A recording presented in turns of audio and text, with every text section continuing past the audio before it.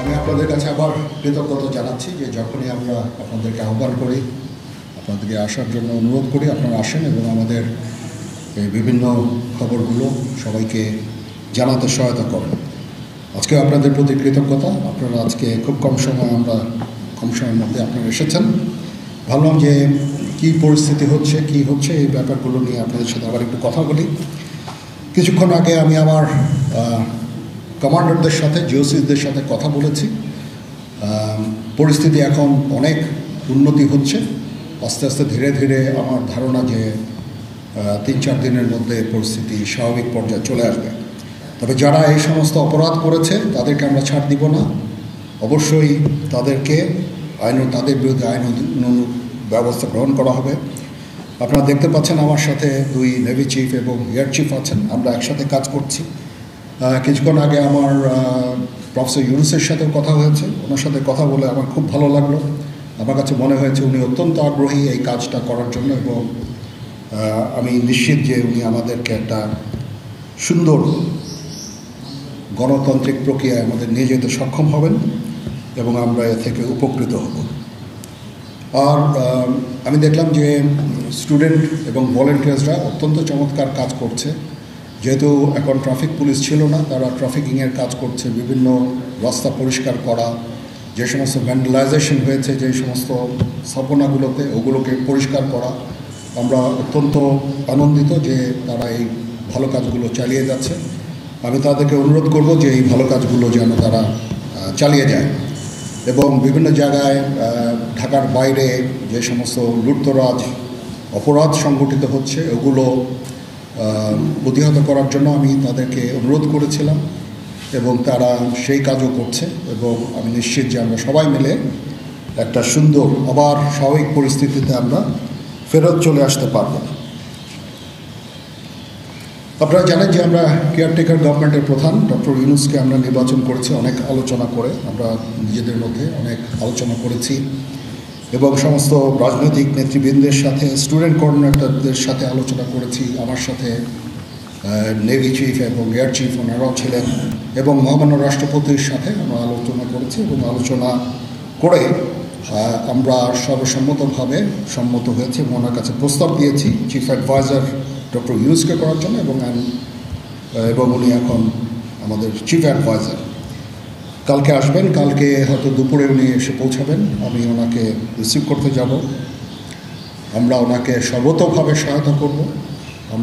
আমি army chief, navy chief, air chief, এবং আমি নিশ্চিত যে উনি সমস্ত রাজনৈতিক দল এবং সবার কাছ থেকে সাহায্য সহযোগিতা পাবেন। স্টুডেন্ট ফোরাম, স্টুডেন্টস, এবং আমরা সবাই মিলে ওনাকে সাহায্য করব এবং আমি নিশ্চিত যে তাহলে উনি অত্যন্ত সফলভাবে ওনার এই কাজ সমাধা করতে সক্ষম হবেন।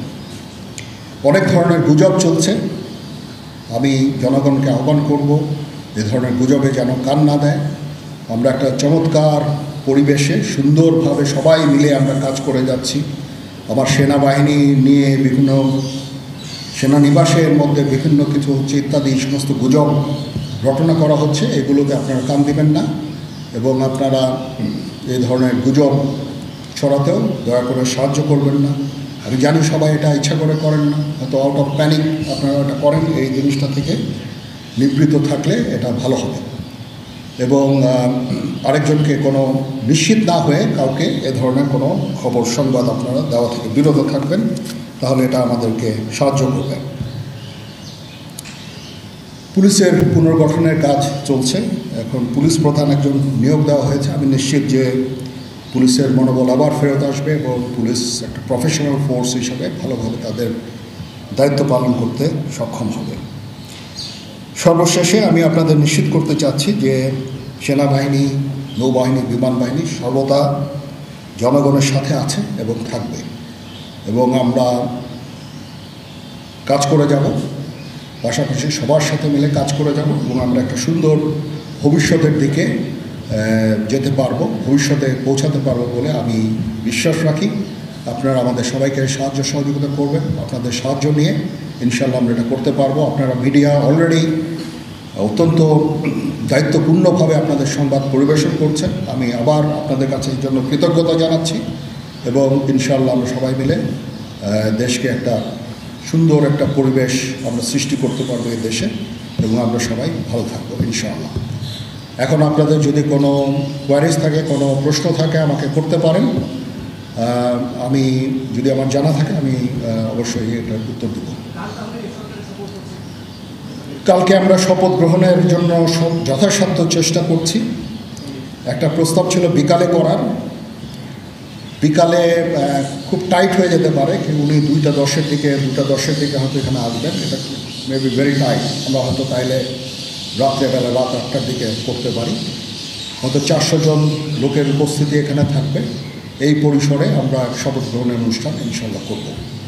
মাননীয় সেনাপ্রধান, আমরা দেখেছি যে সেনাবাহিনী বাংলাদেশ এবং বাইরে যে কোনো দুর্যোগ যেগুলো কিছু মোকাবেলা করতে সক্ষম। রিসেন্টলি আমরা দেখতে পাচ্ছি যে বাংলাদেশের বিভিন্ন জায়গায় দুর্বৃত্তরা ডাকাতি থেকে শুরু করে লুটতরাজ করছে, এবং গতকাল রাতের বেলা মোহাম্মদপুর, ধানমন্ডি এই এলাকাগুলোতে ঘটনা ঘটছে রাজধানী শহরে।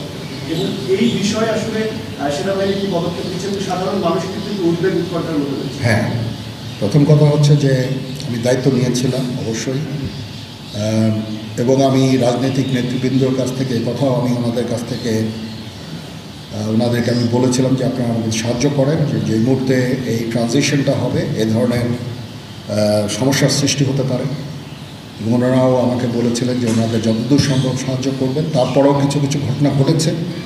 এটা ঘটার পিছনে তো কিছু কারণও আছে, এবং আমরা ইনিশিয়ালি হয়তো কিছু এরকম ঘটনা ঘটেছে, বা তারপরে এখন পরিস্থিতি কিন্তু অনেক শান্ত হয়ে আসছে।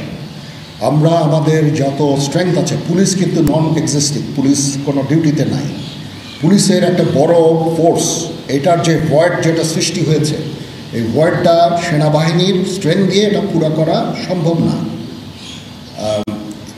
আর তারপরেও আমরা যথাসাধ্য চেষ্টা করে যাচ্ছি, এবং হাজার হাজার লোককে আমরা কিন্তু এই সমস্ত সমস্যা থেকে আমরা উদ্ধার করেছি।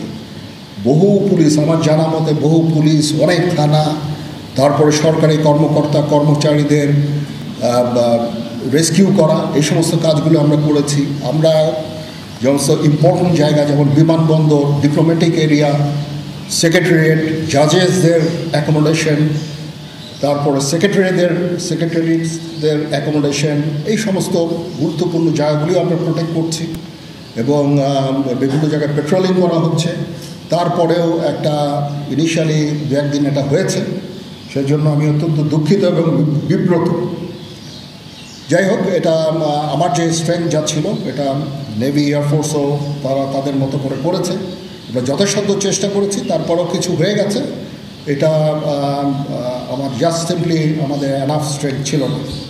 বাট আমি নিশ্চিত যখন পুলিশ পুনর্গঠন হয়ে যাবে, তারা যখন আমার কাজে নেমে যাবে, তখন এই ভয়েডটা খুব সহজেই আমরা পূরণ করতে পারবো। পুলিশের একটা বিরাট সংখ্যক ফোর্স, পুলিশ ইজ একটা বড় ফোর্স। তো এই ফোর্স যদি নিষ্ক্রিয় হয়ে যায়, সেটার ভয়েড পূরণ করা সেনাবাহিনী, বিমান বাহিনী, নৌবাহিনী সবার পক্ষে সম্ভব না। আমরা এটার জন্য ডিজাইন করব। যাই হোক, আমি নিশ্চিত যে খুব শীঘ্রই তারা পুনর্গঠিত হবে, এবং এই সমস্ত ভ্যান্ডালিজম এগুলোকে প্রতিহত করতে সমর্থ হবে। বাট আমি এটুকু আপনাদের বলছি যে যারা এই সমস্ত কাজে জড়িয়েছে তাদেরকে আমরা আইনের আওতায় আনার সর্বোচ্চ চেষ্টা আমরা করব।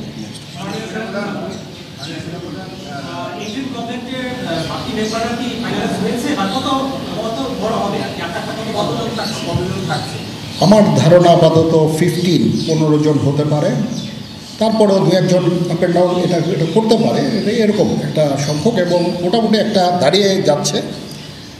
যেহেতু এটা ফর্মালি প্রকাশ করা হয়নি, এটা নিয়ে আমি আর আপনাদের সাথে কথা বলতে চাচ্ছি না। জি,